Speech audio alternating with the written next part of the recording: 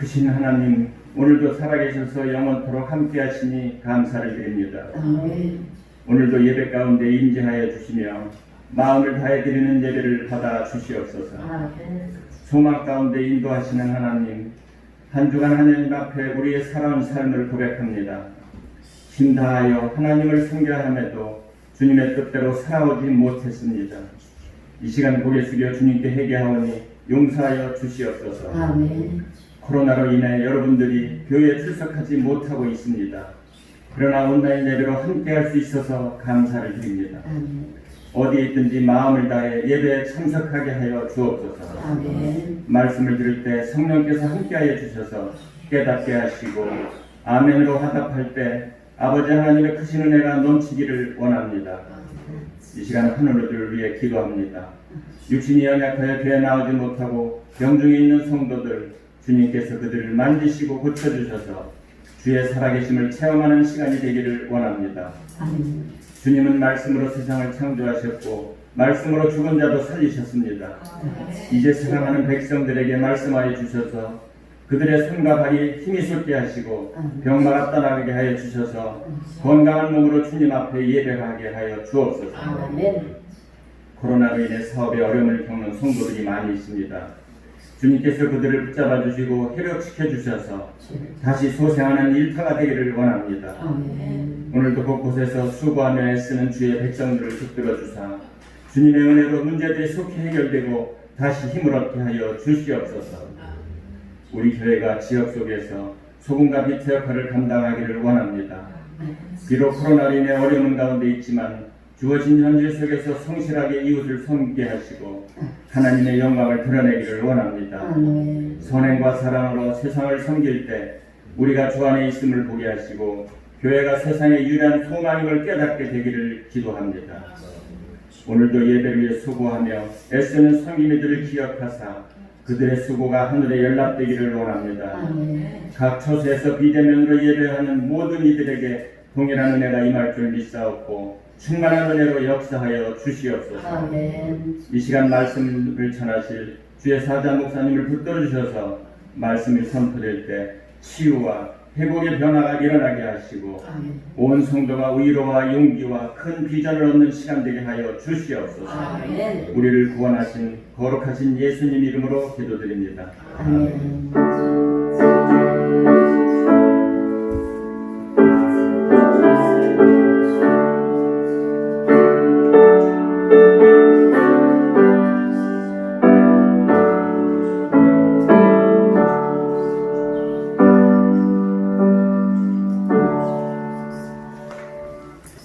오늘 우리에게 주시는 말씀은 베드로전서 4장 7절에서 11절 말씀입니다. 베드로전서 4장 7절에서 11절 말씀, 신약 성경 380장입니다. 신약 성경 380장, 베드로전서 4장 7절에서 11절 말씀입니다. 말씀이 짧으니까 우리 한 목소리로 다 같이 봉독하겠습니다. 시작. 만물의 마지막이 가까워 왔으니 그러므로 너희는 정신을 차리고 근신하여 기도하라. 무엇보다도 뜨겁게 서로 사랑할지니 사랑은 허다한 죄를 덮느니라. 서로 대접하기를 원망 없이 하고 각각 은사를 받은 대로 하나님의 여러 가지 은혜를 같은 선한 천지기 같이 서로 봉사하라. 만일 누가 말하려면 하나님의 말씀을 하는 것 같이 하고 누가 봉사하려면 하나님의 공급하시는 힘으로 하는 것 같이 하라. 이는 범사의 예수 그리스도로 말미암아 하나님의 영광을 받으시게 하려 함이니 그에게 영광과 권능이 세세에 무궁하도록 있느니라. 아멘. 여호와 샬롬. 아멘. 여호와 샬롬. 주님의 평안이 여러분의 삶 속에 날마다 충만하기를 주님의 이름으로 축원드립니다. 여러분, 우리가 인생을 살다 보면요, 좋은 날도 있는가 하면 흐린 날, 굳은 날도 있습니다. 그리고 어려운 시련의 날도 우리가 보내야 될 때가 있어요. 그런데 그러면 요즘은 좋은 시절이냐 안 좋은 시절이냐 그렇게 얘기를 한다면 좀 어려운 시기다라고 얘기를 할 수 있는 그런 때를 지금 우리가 보내고 있습니다.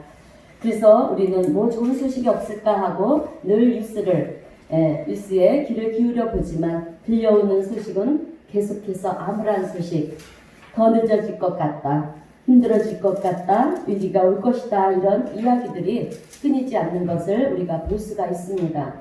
그래서 우리는 이런 때를 지혜롭게 다 잘 대처하면서 살아갈 수 있는 방법은 없을까? 그 해답은 없을까? 이런 생각들을 우리가 많이 합니다. 그런데 오늘 본문의 말씀이 그 해답을 주고 있다라고 말씀드리고 싶습니다. 오늘 본문 7절 말씀을 다시 보면 우리 다시 한번 본문 7절 말씀 읽겠습니다. 시작. 만물의 마지막이 가까워 왔으니 그러므로 너희는 정신을 차리고 근신하여 기도하라. 아멘. 자, 마지막이 가까웠으니 하나님을 의지하면서 기도하라는 것입니다. 그리고 8절 말씀을 보게 되면 또 8절 말씀도 다 함께 읽겠습니다. 시작. 무엇보다 뜨겁게 서로 사랑할지니 사랑은 허다한 죄를 덮느니라. 아멘. 서로 뜨겁게 사랑하라는 거예요. 여러분, 이런 위기의 시대에, 불투명한 시대에 무엇을 어떻게 해야 할지 알지 못하는 이런 시기를 만났을 때 오늘 본문의 말씀은요, 두 가지를 교훈하고 있어요. 그 하나는 정신을 차리고 하나님을 붙들어라는 것입니다. 하나님 앞에 기도해야 된다고 말씀하고 있고요. 또 하나는 우리 사람을 향해서 말씀하시는데 서로 뜨겁게 사랑하라는 헌신이 있어야 된다라고 그렇게 말씀하고 있어요. 그러면 하나님이 도우실 것이고 또 우리가 사랑 가운데 한마음이 되어지면 지금의 위기가 아무리 어려운 위기라 할지라도 그것을 우리가 극복해 나갈 수 있다는 것입니다. 그래서 이것이 바로 위기를 대처해 나가는 우리 크리스찬들의 갖추어야 될 바른 자세다라고 성경을 말씀해주고 있는 것입니다. 자, 그래서 오늘 저는요, 말씀을 통해서 사랑은 왜 필요한가? 요즘 우리 성도님들이 기도는 많이들 하는 것 같은데요, 뜨겁게 사랑하는 것이 좀 부족한 것 같아요. 그래서 사랑이 왜 중요한가? 왜 뜨겁게 사랑해야 하는가? 왜 그래야 하는지 그것에 관련해서 여러분 두 가지 국면의 말씀을 전하면서 함께 은혜를 나누겠습니다. 자, 그러면 우리가 사랑해야 되는 첫 번째 이유는 사랑이 우리의 허다한 죄와 우리의 모든 문제들을 해결해주는 해답이기 때문에 그렇습니다. 자, 본문 8절을 보면 사랑은 허다한 죄를 덮느니라 이렇게 말씀하고 있어요. 여러분, 사랑은 우리의 죄도 덮지만 우리의 모든 문제들도 다 덮어버리고 또 그것을 이겨나갈 수 있게 하는 것이 바로 사랑이라는 것입니다. 성도 여러분, 요즘 세상이 참 요란해요. 그런데 요란한 이유가 있습니다. 그 이유는 서로의 문제를 어떻게 해서든지 들춰내기에 내려고 하기 때문에 세상은 요란해질 수밖에 없다는 거예요. 그래서 남의 죄를 들춰내고 허물을 들춰내는 것은 얼마나 열심히들 하고 있는지 몰라요. 그러니 세상은 더 요란해질 수밖에 없고요. 세상은 더 암울해지고 힘들어질 수밖에 없다는 것입니다. 요즘 여러분 뉴스를 보면 좋은 소식이 없어요. 늘 누구를 비난하고 험담하고 서로 안 좋은 모습들이 얼마나 많이 비춰지고 있는지 모릅니다. 그러다 보니까 그런 소식을 우리 국민 모두가 듣고 있는 거예요. 좀 밝은 소식이 전해지면 좋겠는데 그런 미담은 전해지지 않고요. 누가 어찌 됐다고, 누가 무엇을 했다고, 누가 죄를 지었다고, 누가 나쁜 짓을 했더라, 거짓말을 했더라, 이런 말들만 자욱합니다. 그러다 보니까 그런 말들을 듣는 우리 국민들의 마음이 어떻겠습니까? 좋을 수가 없는 거죠. 그래서 우리는 나도 알지 못하는 순간에 분노가 일어난다는 것입니다. 분노가 치밀어 올라요. 또한 누구의 실수를 하나라도 발견하게 되면 지상파 모든 매스컴들은 어떻게 합니까? 난리 법석을 떨지 않습니까? 그런데 안타까운 것은 나라의 일을 하는 사람들이 아니라 여러분 서로 생존 경쟁을 하는 것처럼 그렇게 비춰지고 있다는 것입니다. 도대체 왜 그럴까? 여러분 왜 그럴까요? 여러분 그것은 자기의 유익을, 자기의 욕망을, 자기가 원하는 것에 더 초점을 맞추기 때문에 그렇다는 것입니다. 내 기득권을 가져야 되겠다는 거죠. 그래서 정치하는 사람들은요, 내가 잡은 그 권력을 놓지 않겠다는 것이고, 또 사업을 하는 사람들은 어떻게 해서든지 내가 남들보다 더 많은 것을 가져야 되겠다 이런 것이 아닐까 싶습니다. 그래서 세상을 보면 지키려는 자와 또 그것을 빼앗으려는 자, 이들로 나눠지는 것 같아요. 그런데 어떤 분들은 이렇게 말을 합니다. 목사님, 그것은 당연한 거 아닙니까? 세상을 살아가면서 다 그렇게 살아가는 것이 아니겠습니까? 네, 세상적인 관점으로 볼 때는 여러분 당연한 거예요.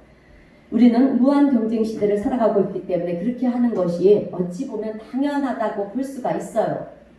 그런데 제가 드리고 싶은 말씀은 그렇기 때문에 우리가 당연하다고 생각하는 그 방법 때문에 세상에서는 답이 없다라고 하는 것입니다. 그런 마음 자세를 가지고서는 어떻게 세상 속에서 문제를 해결할 수 있는 그런 답을 우리가 쉽게 찾을 수가 있겠냐는 거예요.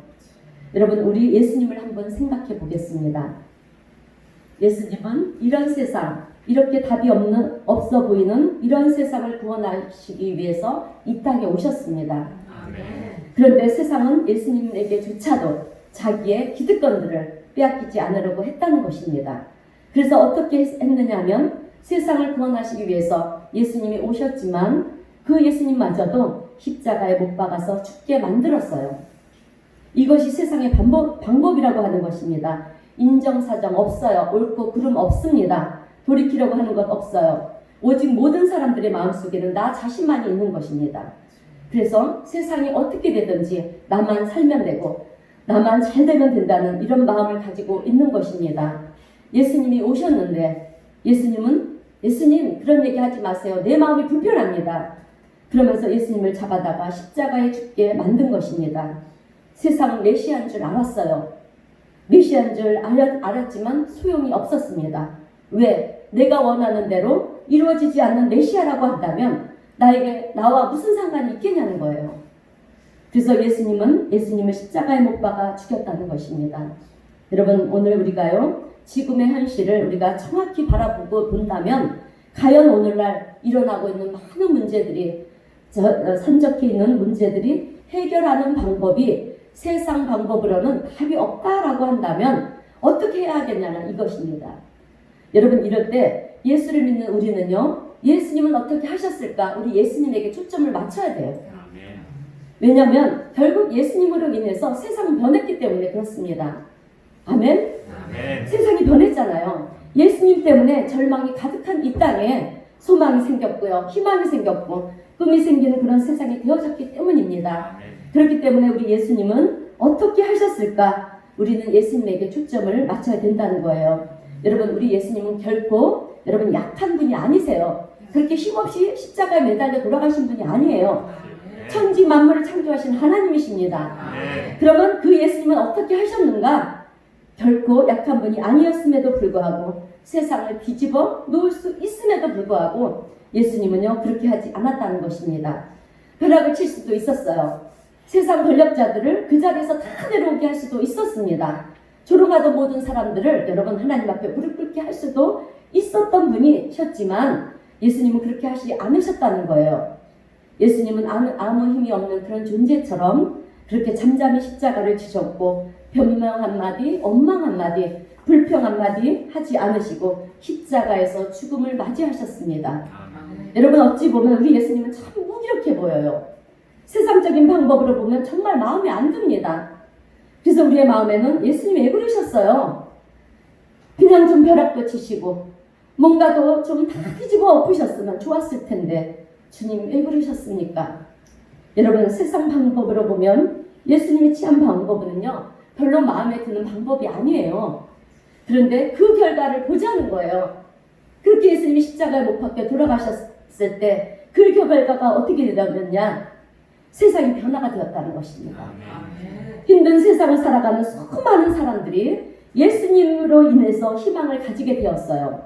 삶과 소망이 없던, 삶에 소망이 없던 사람들이 또 꿈을 꾸기 시작을 했습니다. 아멘. 그리고 그 꿈을 꾸는 사람들로 인해서 이제 절망의 땅에서도 생명의 싹을 틔어내는 그런 일들이 얼마나 일어나고 있는지 모릅니다. 아멘. 목사님, 정말 그 일이 진짜입니까? 네, 맞아요. 사랑이 해답이라는 것입니다. 아멘. 예수님의 사랑이 해답입니다. 그래서 우리 예수님이 뭐라고 그러셨냐면 요한복음 13장 34절에서 새 계명을 너희에게 주노니 서로 사랑하라. 내가 너희를 사랑한 것 같이 너희도 서로 사랑하라. 이렇게 말씀하셨어요. 아멘. 그리고 또한 요한복음 15장 12절도 보게 되면 내 계명은 곧 내가 너희를 사랑한 것 같이 너희도 서로 사랑하라 하는 것이니라. 이렇게 예수님은 사랑에 대해서 말씀을 하셨습니다. 그래서 이런 예수님의 모습을 가장 잘 이해했던 예수님이 사랑했던 제자 사도 요한은 또 요한일서 4장 7절과 11절에서 이렇게 얘기를 합니다. 사랑하는 자들아 우리가 서로 사랑하자. 사랑은 하나님께 속한 것이니 사랑하는 자마다 하나님으로부터 나서 하나님을 알고 하나님이 이같이 우리를 사랑하셨은즉 우리도 서로 사랑하는 것이 마땅하도다. 아멘. 자, 서로 사랑하는 것이 마땅하다는 것입니다. 그런데 이렇게 서로 사랑하자라고 얘기하는 이때가 어느 시절이었냐면요. 여러분 우리 기독교인들이 모진 핍박을 받았던 시절이었어요. 우리 기독교인들을 죽이기 위해서 세상에서 공격해오는 그런 시대 속에서 사도 요한은 서로 사랑해야 된다. 우리가 서로 사랑하는 것이 마땅하도다. 이렇게 얘기를 하고 있는 것입니다. 왜요? 하나님도 우리를 사랑하셨기 때문에. 아멘. 자, 그런데 우리가 이뻐서 주님이 사랑하신 것이 아닙니다. 우리가 불의 가운데 있고요. 우리가 죄악 가운데 있고, 여러분 우리가 죄악 가운데 있다라고 하는 것은 여러분 하나님과 우리가 원수 맺어 있다는 것입니다. 그런데 그런 관계 속에 있을 때조차도 하나님은 우리를 사랑하셨다는 거예요. 아멘. 그렇기 때문에 세상이 우리와 원수가 되고 적이 된다 할지라도 여러분 우리가 세상을 사랑하지 못할 이유가 없다라는 것입니다. 요즘 저에게 이렇게 얘기하는 분들이 참 많아요. 목사님, 요즘 코로나 때문에 너무 어렵습니다. 가정에도 문제가 생기고 사업에도 어렵습니다. 인간관계도 어려워졌고요. 모든 것이 다 어려워지고 있습니다. 목사님, 해답이 없을까요? 여러분, 해답이 있습니다. 그래서 오늘 본문의 말씀처럼 첫 번째는 정신을 바짝 차리고 여러분 하나님의 도우심을 구하며 기도하는 거예요. 아멘. 아멘. 두 번째는 여러분 뜨겁게 서로 사랑하는 것입니다. 아멘. 이것이 해답이에요. 그래서 우리가 그렇게 하게 되면 사랑을 통해서 여러분 우리는 힘을 얻게 되고요. 또 기도를 통해서 우리는 하나님의 도우심 가운데 지금의 어려운 상황을 이겨나가게 될 줄로 믿습니다. 아멘. 자, 그런데 여러분 문제는 오늘날 많은 그리스도인들이 또는 많은 교회가 예수님이 보여주신 이 사랑을 실천하지 않는 것이 문제라는 거예요. 오히려 이런 상황 속에서 사랑이라는 것은요 어울리지 않습니다. 지금은 사랑할 때가 아니에요. 지금은 우리가 세상과 싸워야 할 때입니다. 이렇게 생각하는 사람들이 많다는 거예요. 그러나 그것은 틀린 생각이라는 거예요.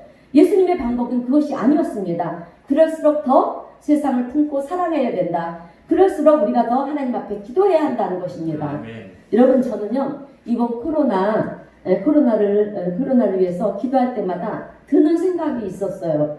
그것은 참새 한 마리도 주님이 허락하지 않으면 땅에 떨어지지 않는다 했는데 왜 하나님은 이렇게 코로나를 허락하셔서 우리로 하여금 어려움 가운데 있게 만드시는 이유가 도대체 뭘까? 이렇게 기도할 때마다 여러분 드는 생각은 하나님께서 우리의 믿음을 보시기 위해서 그렇게 시험하시지 않으셨는가? 그렇게 생각이 들었습니다.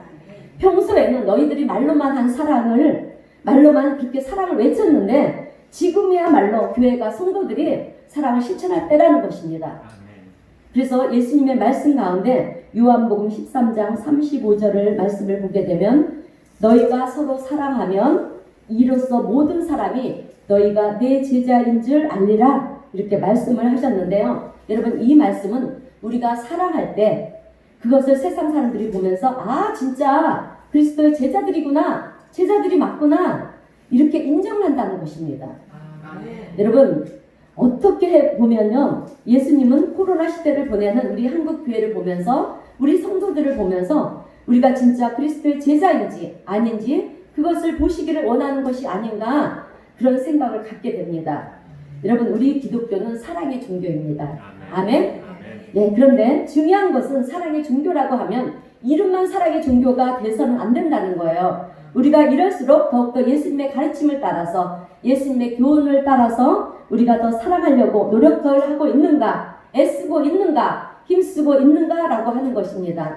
여러분 지금 세상은 교회를 비난하는 소리도 있고요. 우리 믿음의 사람들을 비난하기도 합니다. 그런데 이것은 어찌 보면 하나님께서 이제는 좀 우리가 달라져야 되지 않겠느냐? 너희들 돌아서야 된다라고 그렇게 하는 것을 우리에게 교훈하고 계시는 것을 우리가 아닌가 싶어요. 자, 그러므로 오늘 우리 성도님들은요. 이럴 때일수록 우리가 더 힘을 내서 그리고 사랑을 통해서 우리가 그리스도의 친정한 제자됨을 증명할 수 있는 그런 우리 교회와 우리 성도님들이 되시기를 주님의 이름으로 축원드립니다. 네. 자, 그런 점에서 두 번째로 드리고 싶은 권면의 말씀은 사랑을 실천하기 위해서 우리가 힘써야 된다라고 하는 것입니다. 네. 오늘 본문 8절을 다시 보게 되면 무엇보다도 뜨겁게 서로 사랑할지니 사랑은 허다한 죄를 덮느니라. 자, 여러분 그냥 사랑하라 그렇게 얘기하지 않으셨어요. 오늘 사도 베드로는 뜨겁게 서로 사랑해야 된다라고 말을 합니다. 여러분 뜨겁게 사랑하라는 것은요 보이게 사랑하라는 것입니다. 티나게 사랑하라는 거예요. 그러니까 일반적인 사랑, 마음으로 하는 사랑과 다르게 하라는 것입니다. 그냥 마음으로만 사랑하지 말고 좀 보이게 남들이 봐도 좀 유별나다 싶을 만큼 그렇게 사랑을 하라는 것입니다. 자, 그런데 이것은요 적극적인 사랑을 실천하는 의미를 말하는 거예요. 여러분 우리가요 잘 알다시피 사랑은 머리로 하는 것이 아니고요 행동으로 하는 것입니다. 그래서 오늘 우리가 기적을 보기 원한다면 여러분 사랑을 실천하라는 것이고요. 또 우리의 문제의 해답을 원한다면 사랑을 실천해야 된다라고 하는 것입니다. 그런데 어떤 분들이 이렇게 질문을 해요. 목사님 저는요 지금까지 사람들을 사랑하며 살아왔습니다. 그런데 사랑은 왜 세상은 변하지 않습니까? 그 이유는 도대체 무엇입니까? 여러분 이유가 있어요. 그 이유는 사랑하는 사람만 사랑했기 때문에 그렇습니다. 잘 생각해 보세요. 우리는 사랑하는 사람만 사랑합니다. 아니면 머릿속으로만 사랑해요. 마음으로만 사랑합니다. 그래서 우리 그리스도인들 중에는요 생각으로만인 경우들이 참 많이 있어요. 여러분 사랑의 진정한 힘과 또 사랑의 진정한 가치는요 사랑하는 사람들만 사랑하는 것이 아니라 미워하는 사람, 사랑할 수 없는 사람, 때로는 나를 공격하는 사람, 나를 비방하는 사람, 이런 사람들까지도 우리가 사랑할 때 여러분 사랑의 기적이 나타나는 것을 보게 되고요. 또 그 속에서 사랑의 가치가 무엇인지, 또 사랑의 능력이 무엇인가, 그것을 우리는 확인할 수가 있게 되는 것입니다. 자, 그것이 바로 예수님이 우리에게 보여주신 사랑의 방식이라는 것입니다. 자, 여러분, 사랑하는 사람만을 사랑한다는 것은 여러분 누구나가 다 할 수가 있는 거예요. 그런 사랑으로는 우리가 지금 보고 있듯이 세상을 변화시킬 수가 없습니다. 진짜 사랑은 희생과 헌신이 따라야 하는 것입니다. 자, 그런데 요즘 참 안타까운 것은요, 우리 가정들이 얼마나 무너지고 있는지 모릅니다. 특별히 요즘 코로나로 인해서 더욱더 그렇게 가정들이 무너지고 있다고 하네요. 서로 사랑을 해서 결혼을 하고 자녀들을 낳았습니다. 너무 사랑합니다. 그래서 가장 사랑하는 가족이지만 시간이 지나고 보니까 서로를 배척하고 또 서로 안에 갈등이 생기고 오해가 생기고, 그래서 가정이 무너지고 깨어지는 경우들이 얼마나 많은지 모른다는 거예요. 여러분, 제가 얼마 전에 가정에 관련된 책을 읽었는데요. 읽다 보니까 어느 여성에 대한 이야기가 나와요. 그런데 이 여성은 모든 것이 너무 고통스럽다고 그렇게 책 속에서 자기의 그 마음을 표현하는데, 결혼해서 자녀를 낳았지만 남편 뒷바라지하는 것도 힘들고, 또 자녀를 낭육하며 뒷바라지하는 것도 힘들고, 그래서 나란 존재는 무엇인가 그렇게 자괴감에 버리면서 너무 힘들어하는 것입니다. 그런데 여러분, 이것이 요즘 현대의 일반적인 가정의 모습이라는 것입니다. 그래서 그런데요, 이분이 어느 날 암 진단을 받았어요. 그래서 수술을 하게 되었는데, 수술 도중에 죽을지도 모른다는 그런 의사의 의견을 듣게 됩니다. 그런데 여러분, 너무 감사한 것은 하나님의 은혜 가운데 말미암아 치유가 되었어요. 수술도 잘 되고 회복이 되었습니다. 죽을 수밖에 없다라고 그렇게 생각을 했는데 살아난 거예요. 그래서 이제 이 여인이 제2의 인생을 살게 되면서 그분이 간증을 하게 된 내용인데요. 그 내용 속에는 죽을지도 모르는 그 수술의 과정을 거치고 회복된 이후에 내 손으로 아이들의 도시락을 사줄 수 있는 것이 너무너무 감사하다는 것입니다. 암 진단을 받고 수술하기 전에는 내가 도대체 언제까지 이 일을 해야 되나 했는데, 그런데 그 일들이 얼마나 감사한지를 깨닫게 되었다는 것입니다. 그리고 출근하는 남편의 와이셔츠를 다려주면서도 그렇게 눈물이 나더라는 거예요. 그러면서 내가 이렇게 할 수 있다는 것이 너무너무 감사하다라는 그런 이야기였습니다. 여러분, 하나님은 이 여자 성도에게 수술이라는 이 과정을 통해서 몸도 회복시켜 주셨지만 무엇보다도 영적 각성이 일어나게 하셨다는 거예요. 감사가 무엇인지, 사랑이 무엇인지, 사랑이 주는 기쁨이 무엇인지 여러분 섬길 수 있고, 그래서 내가 희생할 수 있는 그 일들이 고된 노역이 아니라 이것이 얼마나 감사하고 기쁜 일인지, 그러면서 본인은 사랑이 무엇인지를 그렇게 깨닫게 되었다라고 얘기를 하고 있어요. 사랑이 주는 진정한 기쁨이 무엇인지를 알게 되었다는 것입니다. 성도 여러분, 오늘 내가 누군가를 사랑한다는 것은, 그래서 헌신하고 섬긴다는 것은요, 귀찮은 일이 아니라 감사할 일이라는 것입니다.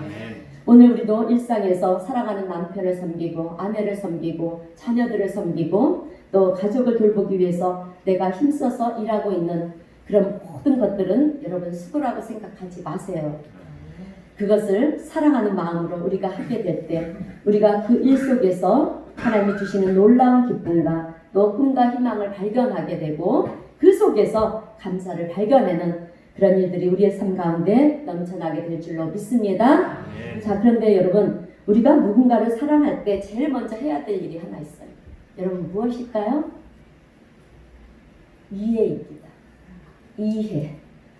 그것은 이해하는 마음이에요. 여러분, 그 사람의 입장에서 그 사람을 이해하려고 할 때 비로소 사랑이 되어지는 거예요. 내 입장을 고수하면서 절대로 누군가를 우리는 사랑할 수가 없습니다. 그러므로 오늘 우리 성도님들은요, 가정에서도 그렇고 자녀들에 대해서도 그렇고 사랑하는 남편과 아내를 향해서도 그렇고 세상을 향해서도 그렇고요. 직장에 가면 직장 상사들을 향해서도 마찬가지예요. 내가 사랑해야지 두 주먹 불끈 쥐고 여러분 아무리 노력을 한다 해도 사랑이 되는 것이 아니에요. 잠시는 될 수가 있어요. 그러나 그 사람의 입장에서 우리가 생각을 하면서 이해가 되고 이해를 하고 또 이해가 되면 그때부터 사랑이 가능해진다는 거예요. 자, 여러분 사실 요즘은 우리의 삶이 여러 가지로 어려워지다 보니까 마음의 여유들이 사실 없어요. 그죠? 네. 이해할 만큼의 여유도 내 마음에 없습니다. 그래서 우리는 무슨 소리가 들려오면 여러분 어떻게 됩니까? 짜증이 나요. 그죠? 네, 그리고 공격부터 하게 됩니다. 저도 얼마나 그런지 몰라요. 예, 그런데 그래서는 이 세상이 달라질 수가 없다는 거예요. 문제는 우리가 그렇던 삶을 살면 세상이 달라지지가 않는다는 거예요. 세상 사람들이 사는 거는 상관없어요. 예수 믿는 우리가 여러분 세상을 바꾸려면 우리가 예수님의 사랑을 실천하는 삶을 살아야 된다는 거죠. 그러므로 오늘 우리 성도님들은 예수님이 우리에게 부어주시는 그 넉넉한 마음을 가지고요. 세상을 이해하고 세상을 사랑하고요. 또 가정을 이해하고 가정을 사랑하고 내 자녀를 이해하고 또 내 자녀를 사랑하는 그런 우리 성도님들이 되시기를 주님의 이름으로 축원드립니다. 자, 말씀을 마무리합니다. 여러분 우리 기독교는 사랑의 종교라고 얘기하고 있습니다. 왜냐하면 우리 기독교는 사랑과 관련되어 사랑과 많이 연관이 되어 있기 때문에 그렇습니다. 그래서 성경을 보게 되면 요한일서 4장 8절에도 하나님은 사랑이시라. 하나님은 사랑의 본체시라고 말씀하고 있어요. 자, 그러면 우리 예수님은 누구십니까? 하나님의 아들. 그 하나님의 사랑을 우리에게 알려주시기 위해서 이 땅에 오셨고요. 그 사랑이 어떤 사랑인지를 우리에게 보여주신 분이 예수 그리스도이십니다. 그러면 예수 그리스도를 따르는 우리 기독교인들은 어떤 존재냐? 여러분 어떤 존재이겠습니까? 예수님이 보여주신 그 사랑의 본을 우리가 실천하며 살아가는 존재가 바로 크리스찬들입니다. 우리예요. 그래서 하나님은 사랑이 하나님이시고요. 예수님은 그 사랑이 뭔지를 우리에게 보여주신 예수님이시고 성령님은 우리로 하여금 하나님의 사랑과 예수님의 사랑이 어떤 사랑인지를 우리에게 가르쳐 주신 분이 성령 하나님이십니다. 자, 그리고 우리 크리스찬들은 그 사랑을 실천하며 살아가는 존재, 그 존재가 우리들이라는 것입니다. 아멘. 그러므로 사랑이 해답인 줄로 믿습니다. 자, 그러므로 오늘 우리 성도님들은 예수님이 우리에게 보여주신 그 사랑을 내 삶의 자리에서 또 그리고 내가 만나고 마주치는 그런 모든 사람을 향해서 실천하며 살아가시는 우리 성도님들이 되시기를 축원합니다.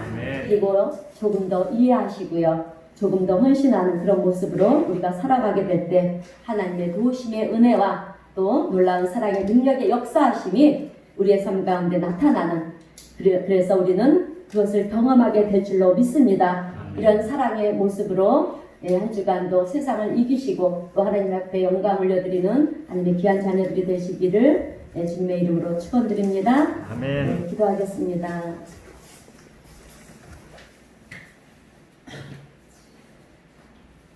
하나님 아버지 감사합니다. 힘들고 어려운 시대를 살아가는 우리들에게 오늘도 귀한 말씀으로 은혜를 베풀어 주시고 이러한 때 우리들이 해야 할 일이 무엇인가 들려주시고 알려주시고 깨닫게 하여 주시니 감사합니다. 주님, 마지막 때를 살아가는 저희들이 오늘 주신 교훈의 말씀처럼 정신을 차리고 하나님을 의지하며 기도하는 삶을 살기를 원합니다. 우리 서로가 뜨겁게 사랑하는 마음들이 되어 헌신과 희생과 섬김의 자리에 있기를 원합니다. 우리 주님 몸소 보여주신 그 사랑을 우리도 실천하며 살기를 원합니다. 사랑의 주님, 오늘 우리에게 은혜를 베풀어 주시고 도와주셔서 오늘 우리에게 주신 교훈하신 주님의 말씀에 저희들이 순종하며 주님의 사랑을 실천하는 삶을 살아가는 우리 모두가 되게 하여 주시옵소서.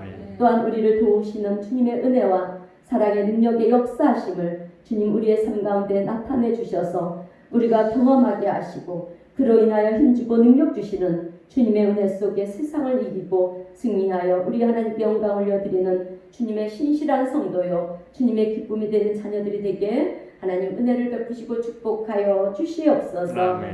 아버지 하나님, 우리의 고유 명절인 추석 명절이 나흘 후로 다가왔습니다. 그러나 이번 추석은 다른 해와는 달리 코로나19로 인하여 조심스러운 분위기 속에 맞이하게 되었습니다. 또한 많은 어려움 속에 맞이하는 이번 추석은 주님 풍성하지도 넉넉하지도 못합니다. 그러하니 우리 주님 자녀들의 가정마다 함께하여 주시고 주님의 의료와 은혜 속에 영적인 풍성한 추석을 누릴 수 있도록 주님 우리의 가정을 축복하여 주시옵소서.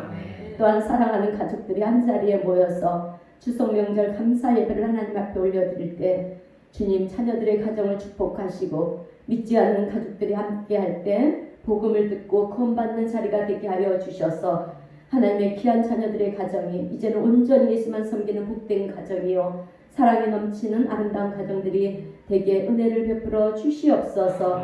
성령님의 도우심을 믿으며 예수님의 이름으로 기도하옵나이다. 아멘. 찬송가 304장 찬송하겠습니다.